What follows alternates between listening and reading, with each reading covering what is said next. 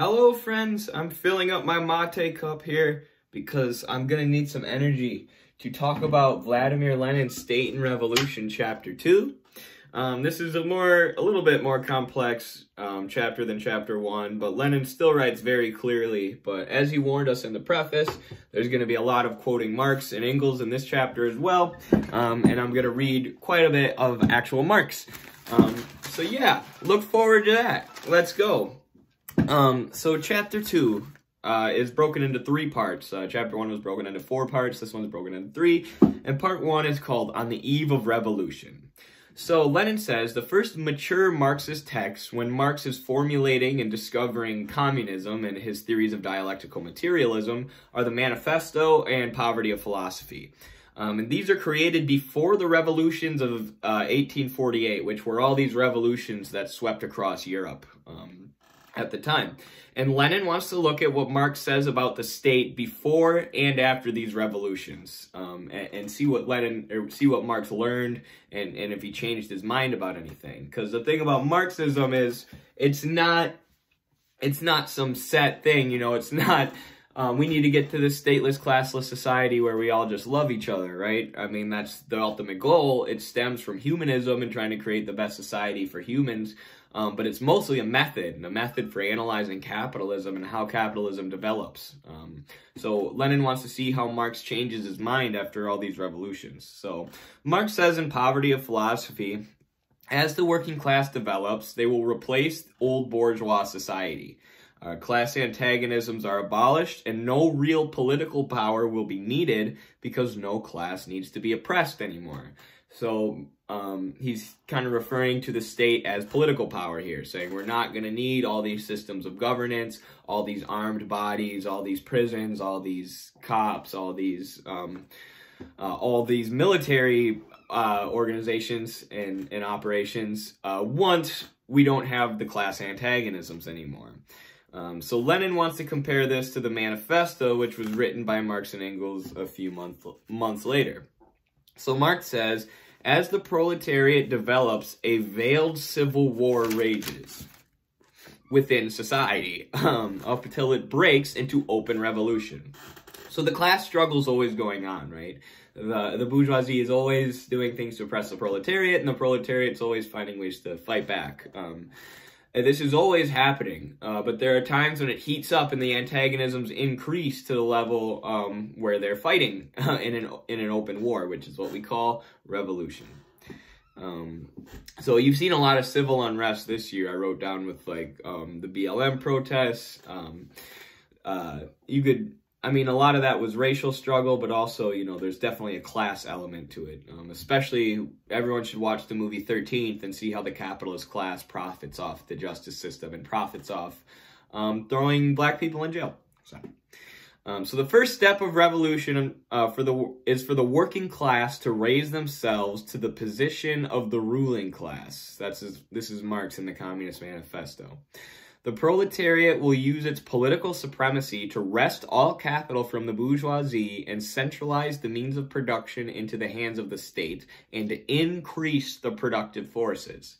So Marx is pretty clearly here saying in the Manifesto that you need to take the state, the workers need to obtain dictatorship of the proletariat, control of the state. He doesn't use that wording here yet. And then they need to seize the capital from the capitalists, what we call nationalizing things, and then increase the productive forces. Increasing the productive forces is really important because a lot of people don't know that about Marxism, right? Marxism isn't about making everyone equally poor. It's about bringing people out of poverty, right? There are a lot of places in the global south where we simply need to increase the productive forces in order to bring people out of society. Now, Marx didn't see the climate crisis, but regardless, we still need to take the productive forces in our hands if we're going to create a kind of mode of production that's also harmonious with nature and with ecology. It's the same concept, and we can still increase productive forces while moving away from fossil fuels. Meanwhile, right now, 85% of the economy is tied to fossil fuels, and private corporations have no incentive to stop that. We want to increase the productive forces, but we also want to create a mode of production that's sustainable and is going to allow us to live on Earth. So, Lenin says that this concept of seizing state power and making the proles the ruling class is what is called dictatorship of the proletariat, which Marx and Engels started to use after the Paris Commune. Lenin says these are forgotten words of Marxism, these theories of the state. And he says what Marx writes here refutes Kautsky. And Marx says we need the state. And what Kautsky says is he takes Marxism and he goes, Marxism said we need the state, and that means he just wanted us to vote for good candidates, right? He didn't want revolution. He didn't want us to seize state power. He wanted us to go to the polls and vote for AOC every year. I don't think Kautsky actually mentioned AOC, but you see to this day, like Vosh was making that argument recently that Marx would have said, go vote for Joe Biden. You know, they distort the words of Marxism when Marx is actually saying, no, you need to seize state power and use state power to oppress the bourgeoisie. He's very, very clear about that. So Lenin says that. He says, no, the state must be seized, withered, and used against the working class. Against the ruling class, the oppressing class. So we need to go, you know, arrest the military-industrial complex people and the people who've been profiting off destroying the planet and the people who've been profiting off warfare, you know, and raise the proletariat to the class who makes the decisions around here. You know, no more wars, no more plundering the planet for oil, with no worry of how we're going to cook ourselves because of global warming. Right, we're calling the shots now. We're the new ruling class. So the bourgeoisie need the state to maintain the system, as do the proles to overthrow it. So we talked about this a lot in chapter 1. The state is necessary to maintain a system in which there are two antagonistic economic classes, because one of those classes needs to be suppressed or it'll overthrow the other class. So you need these special bodies of armed men who exist above society, the state. Petty bourgeois reformists like Kautsky see the transition to socialism in a dreamy, utopian fashion, Lenin says. And this is how I see people, certain members of DSA, I do like DSA, but folks like Nathan Robinson, who said nobody should read Lenin, Lenin's a mass murderer, who think that we should just go and vote for Bernie every year, and eventually that will get us to socialism, who advocates against reading Marx, against reading theory, you know, against studying how the economy works and how the theories of dialectical materialism. He says you should just be empathetic and go vote for the right candidate. This is never going to work. They crushed Bernie. Even if Bernie got in, who knows what he would have actually got accomplished. It's ridiculous.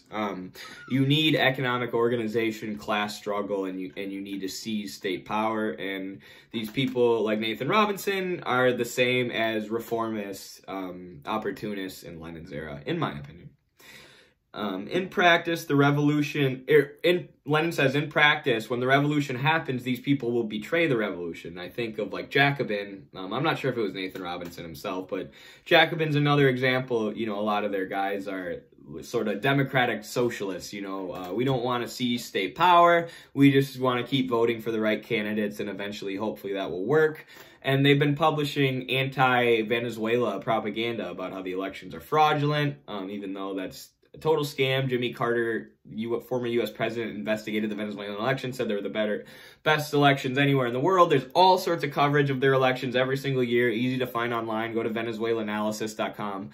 And Jacobin, which is supposed to be a socialist or left-wing outlet, is pushing regime change narratives. So these opportunists, because they don't have the theoretical basis of Marxism, and because they're just kind of trying to enrich themselves by writing articles or books in a way, they become opportunists, and they become comfortable in the system.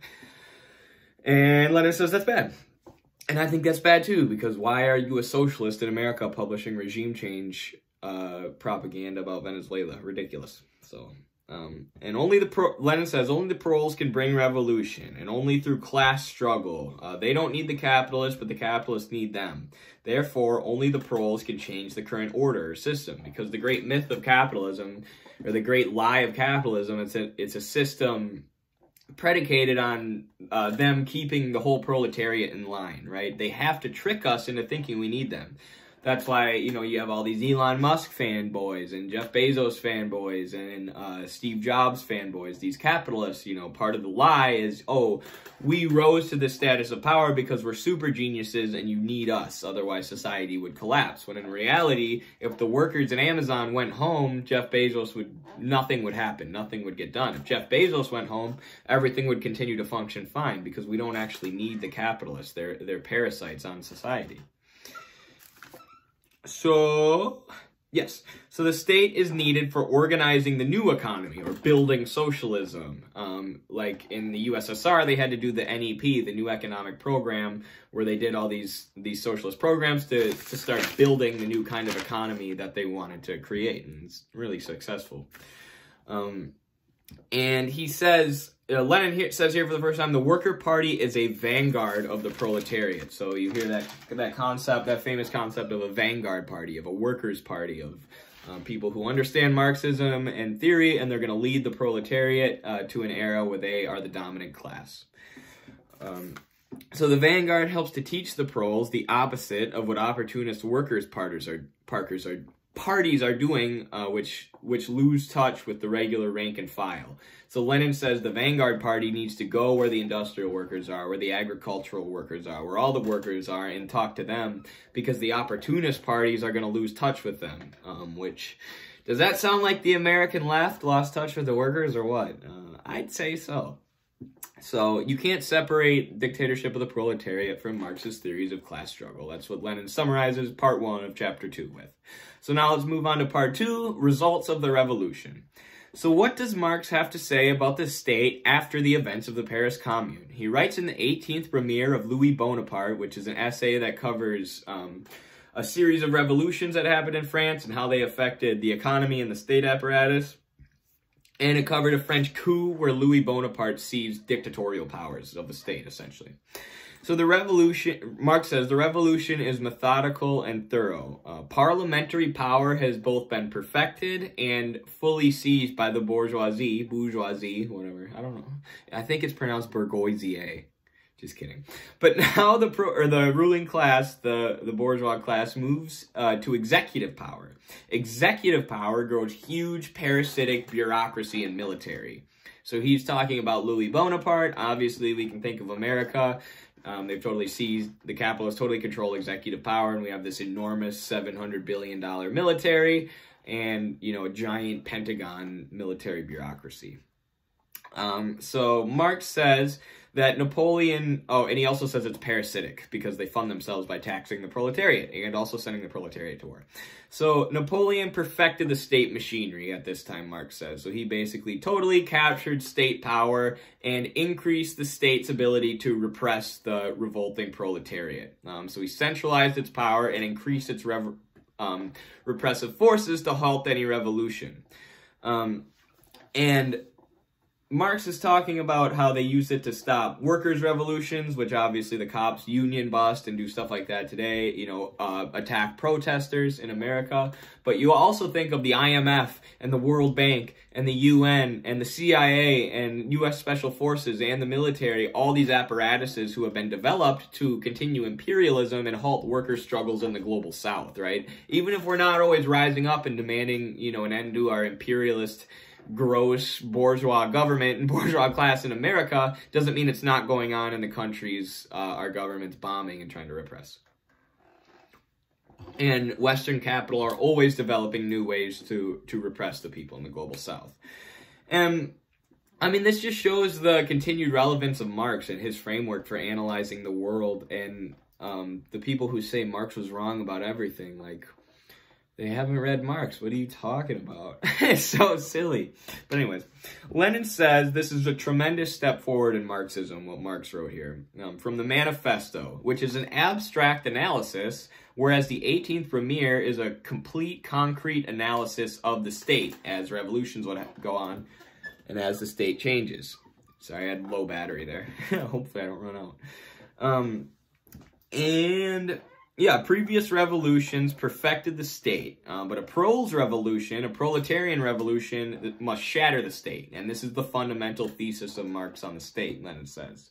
So the Manifesto makes the basic assertion about the state. But after 1851, Marx traces exactly how the bourgeois state developed and what the proletariat can learn from it. And everyone should probably read the 18th Premier at some point to get a more in-depth analysis of what he's talking about there. So the bourgeois state is characterized by bureaucracy, a standing army with endless ties to the capitalists. Of course, we see this today. I've gone through this like 100 times while we're talking about Lenin, but the State Department is a bunch of weapons manufacturers, right? There's a huge revolving door between the private sector, which profits off war, and between those who send us to war. And that was happening back then. Marx was saying this is how the state develops under capitalism. It's parasitic in nature, and it clogs every pore of society, he says. And at this time, SOCDEMs are saying that only anarchists should think the state is a parasitic organ, and Marxists need to accept the state and just try and make change through the state. And Lenin is saying, no, the state is a parasitic organ because it's completely controlled by the bourgeoisie, which is what is inevitable under liberal democracy and capitalism. So the state bureaucracy and the military increase with repeated revolutions, which need to be repressed. So as the global south keeps rising up, we keep increasing our military budget, keep taxing our own proletariat so we can go oppress, by we, I mean the U.S. and Western capital can go oppress people in the global south, make sure they don't have revolutions. These revolutions force the capitalists to perfect and strengthen and grow the state machinery in order to repress these revolutions. Marx speaks of bourgeois revolution, but we've seen this today with the anti-colonial struggle. Sorry, I wrote this down, but I just basically said that out loud. Where Western power constantly needs to increase itself to repress revolution. Bourgeois revolutions just shuffle around who controls the state and who takes home the spoils of accumulation. And the more that this happens, the more the proles realize their interests are incompatible with bourgeois society. So think about like Obama, he's like, well, change was his big thing, right? I'm going to change it. But really, it's just the Democrats fighting for more spoils than the Republicans. And that's all it is two bourgeois classes, two classes thoroughly controlled by the capitalists, fighting each other for the spoils of the exploited third world and the exploited proletariat. And eventually the proles need to realize that the state will never have our interests in mind as long as it's the bourgeois state, and we will take the state apparatus and change it completely rather than try to reform it. Marx and Lenin are using France here for their observations, but Lenin says this happened everywhere where capitalism developed, right? These liberal democracies developed. These bourgeois parties, multiple parties, who pretend they're different, start competing to see who gets the spoils of capitalism, right? There's no real competition. There's no workers' party. It's two bourgeois parties or 3 or 4 or 5 bourgeois parties fighting for the spoils of what we produce under capitalism, which is what we've seen in every liberal democracy in Europe and Canada and the US. So, and imperialism shows unprecedented growth in this regard, Lenin says. So the more imperialism that you have, the more desperate these parties will be to control the state so they can help their preferred capitalists get as much money as possible. Final part here, 3, this part's real short, the formulation of the question by Marx in 1852, part 3 of chapter 2.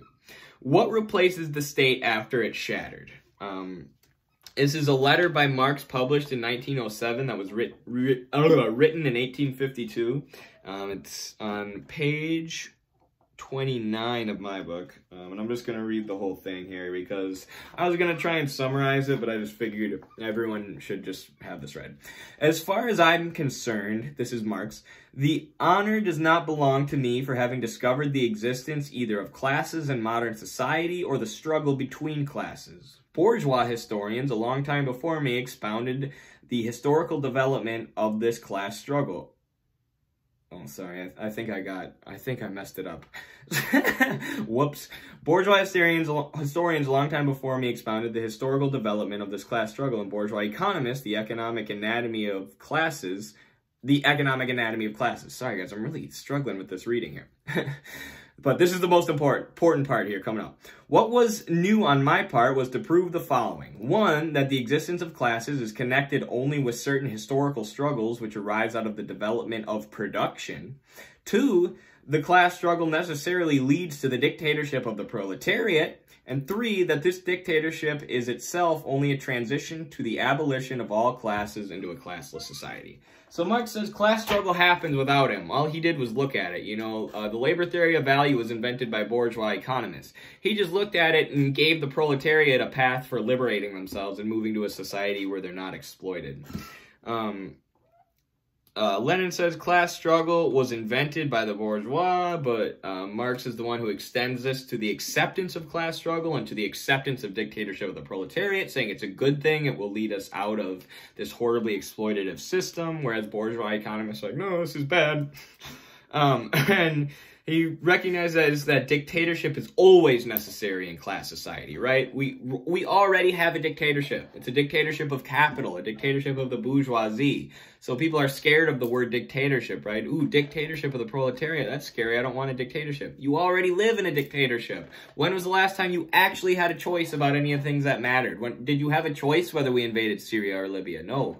You know, you have 2 imperialist, pro-capitalist candidates every year. It's not a choice, it's a dictatorship. And we need to make it a dictatorship of the masses, a dictatorship of everyone, meaning like true democracy, when you democratize the economy.